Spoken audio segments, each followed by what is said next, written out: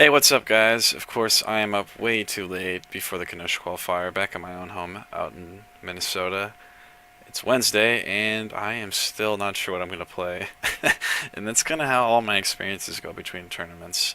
I'm always thinking about what is the meta going to be, what can counter it, what is a deck that I'm comfortable with, and something that I will enjoy playing. And I've always been like that. I've always been there's like the analogy, right, of a this player is like this. They're gonna play what's gonna be good. They're gonna play. There's gonna be this player that wants to think outside the box and play something counter, and then there's gonna be the guy that doesn't care and he plays whatever he wants to.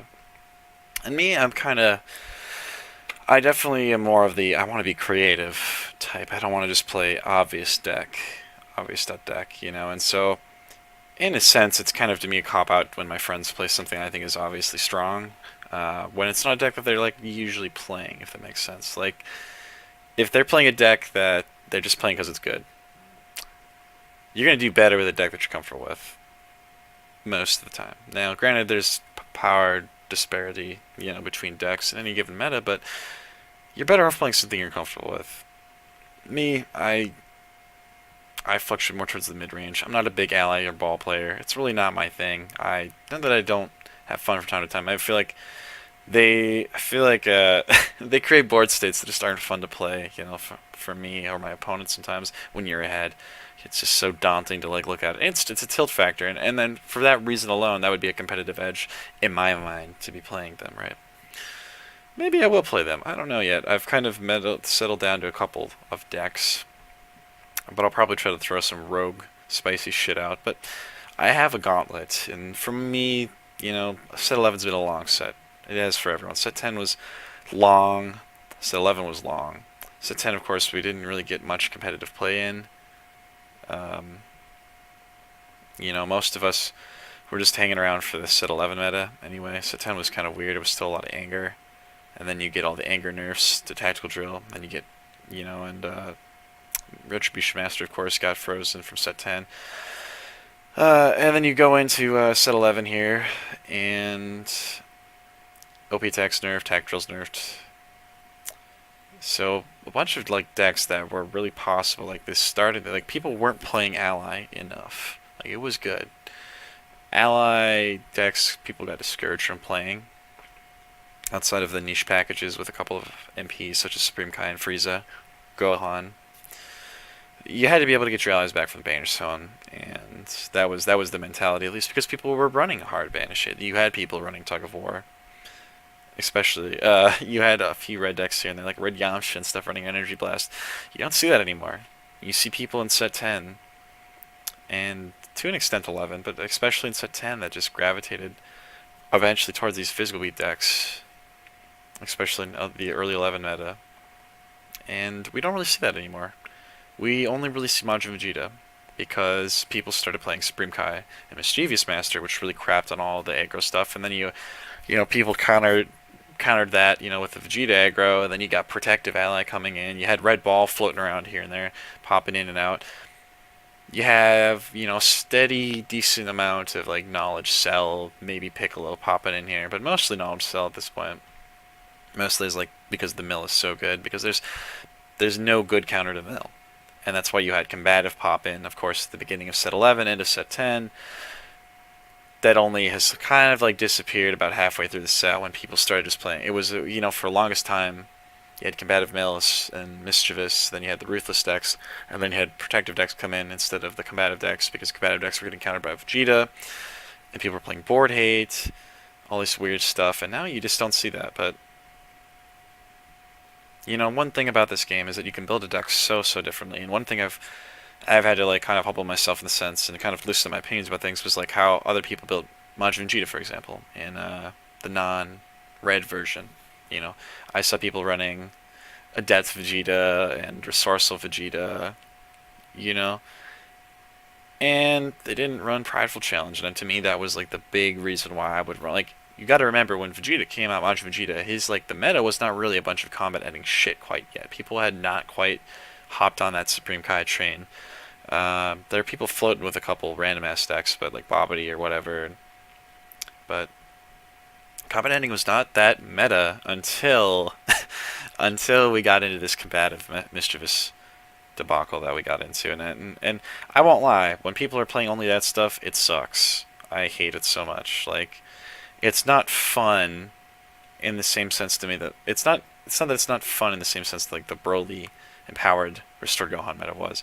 Like that meta, you felt like Broly would just whip your ass and restored Gohan would just pretty much do whatever, and you'd always lose to it unless it felt like you had to pick the deck that you're going to kill. And Black wasn't even in the conversation. So what it really came down to is, are you going to pick a deck that beats restored Gohan and then just lose to Broly? That's what it felt like to me, and that was the case with anything I tried to play. And I was an empowered Gohan player, future Gohan player, and I loved it. But we get into this meta of combative, mischievous, and now mischievous, resourceful, or sorry, mischievous, ruthless, and protective meta that we've kind of entered. And I mean, it was really boring when you just saw game states. It sucked when you would just witness game states that you knew you couldn't. You knew from the get-go, like you knew you could not interact with this board state because the tools to deal with that board state were just not adequate. And then you see people shift over to Majin Vegeta because they're just tired of dealing with these big board states. They're tired of the ending combat because both ending combat decks and decks that build up board state are so fucking strong. And part of the problem for that, it's such a whole problem because we've been buffing up blocks in the game. And to an extent, they had to be buffed. You had to buff up blocks to match the fact that like a block is never going to be as good as some of these attacks that are staple, that become staple, that are multiple action attacks. And this was going on before FanZ, but we've sped up the game so that way people can compete with the speed of the top end piece at the end of the game of FanZ, of Panini Z, like Draku. We've had MPs that can create multiple actions on their MP level, like whether it's through leveling or straight up giving an action, such as Deborah. We've had to buff up rejuvenation and endurance in the game to match just damage levels so games don't just close out.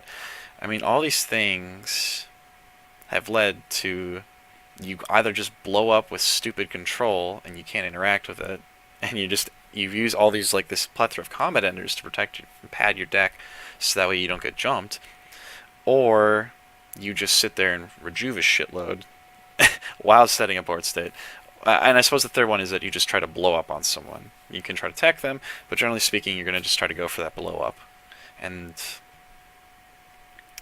it's such a weird dynamic in the game that we've hit.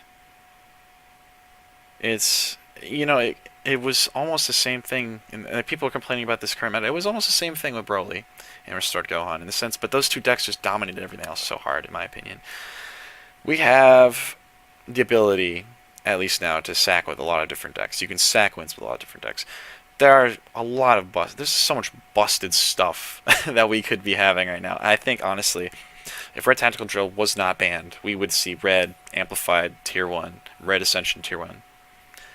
No, I'm not saying those decks aren't good. They can definitely steal. I think the Meki and Slug Ball can steal games. I think Adept Beats can steal games. We can see all those decks stealing games, right? But are they as consistent as the top dogs? And the top dogs, Supreme Kai, Rainbow.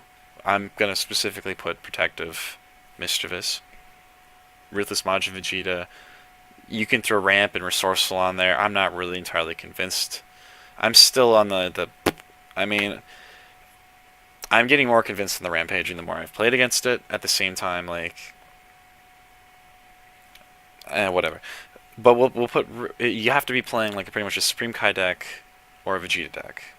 And everything else, there's other people that fit, blah, blah, blah. But those are the two meta sheriffs, right? You got to be able to beat a deck that can recur its best cards out of the pile. So you got to be able to kill its pile or not care. You have to be adaptable in a deck, such as like Knowledge Cell, which could be pretty adaptable to the situation. Or you have to be a deck that can survive Majin Vegeta's tech. So a deck that isn't relying on skipping combat ending and can withstand an onslaught of attacks potentially. So you need to be able to be defensive, or at least deal without having stage pressure mainly is the big thing. So it's just these two extremes, same in the sense that when you have such a good thing on one end, the other thing on the opposite end has to be equally stupid to beat it. We're left in this weird spot where there's a lot of decks that are like right borderline playable, and there's a few things holding a lot of decks back. Mistress Master being one of them, I think, is the biggest offender. But I'll throw Supreme Kai. I'll throw Supreme Kai Maj Vegeta as the next, because we've been adding so much like powerful shit to the game to create archetypes, but when it's the game has turned it so much into matchup. For the most part, it's entirely up to matchup. Recursion in this game has gotten ridiculous. It's gotten ridiculous. Damage has gotten ridiculous. But it's just this game is still matchup dependent, and there are very few decks left in this game that I feel like are able to kind of deal with a very broad range of matchups and come out on top. You know, for the longest time, Restored Gohan was that. Well, now we have, I will argue, Mischievous and Protective Supreme Kai. They're decks that can sit and consistently see the cards that they need if they are built right, and they can get away with it. They can get away with it almost in a similar way, if not, it's different, but in a very similar way, maybe more consistent way than Restored Gohan. Because they can loop free style cards, whereas Restored Gohan can only loop styled cards. You know, with the mastery. They're different. They play different, but ideally they're both meant to slow the game down. And that's the thing. You are either trying to slow the game down with your deck, or you're trying to win it very fast. It makes it really hard to build a deck to try to compete with this, because mid-range has just lost all existence and hope. VTP being gone, I've enjoyed it so much because it speeds the game up, and I hate VTP, but damn, mid-range really needs VTP to be able to compete with both, because mid-range needs to be able to slow down aggro, and mid-range needs to be able to pull that perfect tech card it needs to kill the control. I don't know if VTP coming back is the right thing.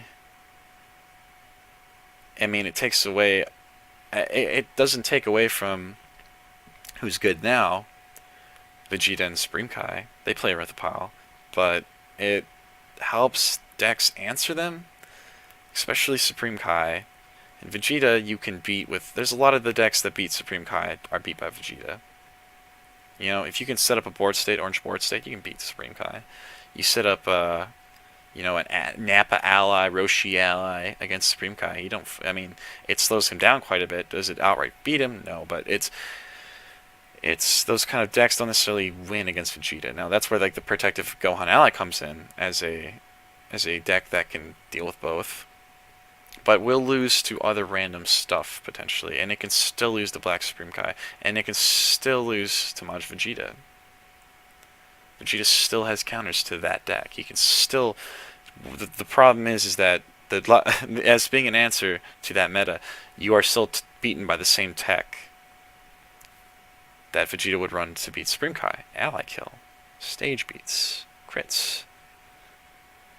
So, in terms of like trying to introduce another deck, you need to play a deck that maybe doesn't succumb to the same type of tech that these other top dogs are going to be running for each other. And that's kind of the mentality that I try to take when I'm going to pick a deck. I want to pick something, you know, if I know everyone's teching for anger, maybe an Unleash deck is better than running an anger deck. If everyone's running anger decks, because maybe they have anti-leveling, but then I can focus specifically on maybe card effects, stopping effects that would draw me from leveling, or I'll know to play around that. It frees me up deck space, right? And so I guess what I'm getting at is, are there decks out there still that we haven't quite found, or that are still floating and are good? Yeah, I think so. I think there's maybe a couple more that can hop into the top contention. I think there's decks that we can still play that can totally steal matches. As far as being as consistent as those two, though, I don't know. I don't think so. And I still think Vegeta doesn't necessarily have the most consistency. It's just more, he has such a hard set of answers in his named cards to a lot of the meta. On top of his level 2 and 3 have hard answers on top of the meta. Now, I don't think I'll be playing either of those two decks. I don't think I'll be playing Vegeta or Supreme Kai. I don't think so. I mean, if I was going to play one, I'd probably lean towards Vegeta. But ultimately, if I didn't think my build could cut it, or I'd worry about getting killed by rogue decks, I'd pick Supreme Kai in a heartbeat.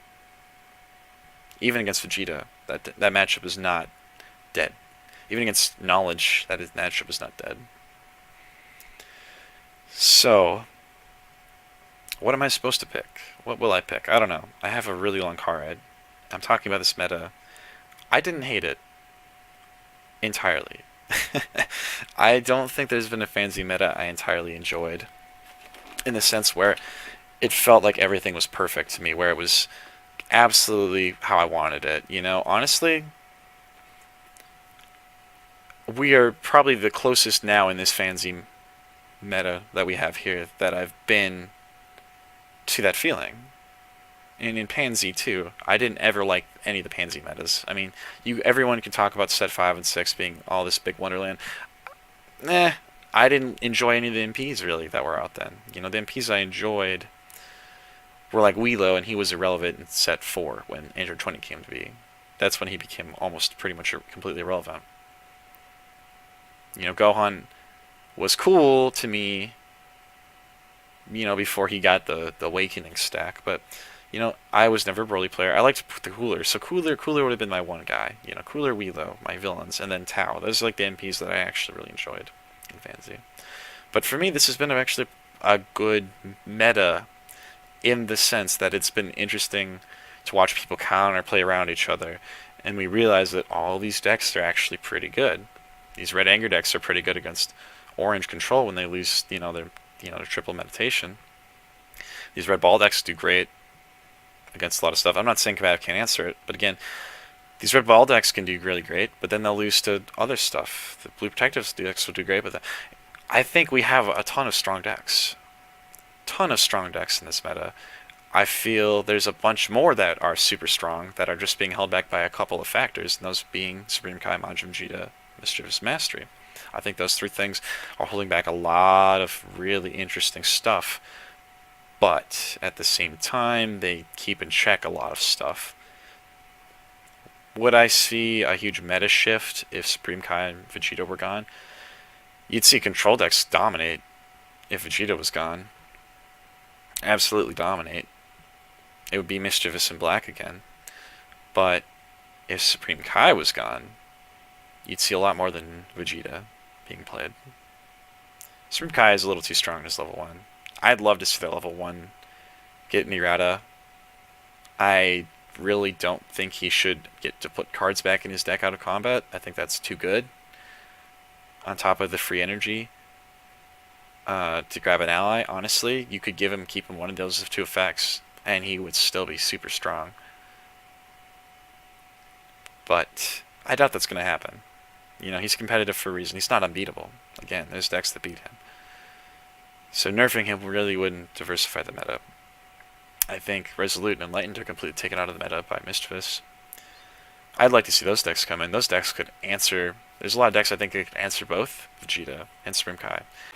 Like, I think Resolute Krillin, Resolute Future Gohan, Enlightened Piccolo, all of them have great matchups against both those two decks. They do a lot of cool stuff that I think could really be... That I honestly miss. I miss that mid-range beats. I really miss it, actually. And I'd be totally okay with it coming back. For them to come back, though, Mischievous would have to cease to exist. So I suppose I don't really see that happening, but I don't know, guys. This is just my thoughts. Maybe you disagree, maybe you don't. I have no idea what the hell I'm going to play this weekend. I'm probably just going to make the deck on Mike's floor, you know, 5 minutes before we leave, look at it in the car, take it out when we get to the store, change a couple more cards, and then submit it. We'll see how I do. I don't know. Maybe I'll plan something really kooky out. I got a lot of time to talk to myself to drive on the way there and play, so. But anyway, guys, if I see you there, cool. If not, you know, stay tuned. I'll probably post something about my follow-up, and look forward to a a preview set drop set drop review. I'd like to be trying to do one here, hopefully with a few other people that you've seen before. So, but anyway, take it easy. Peace.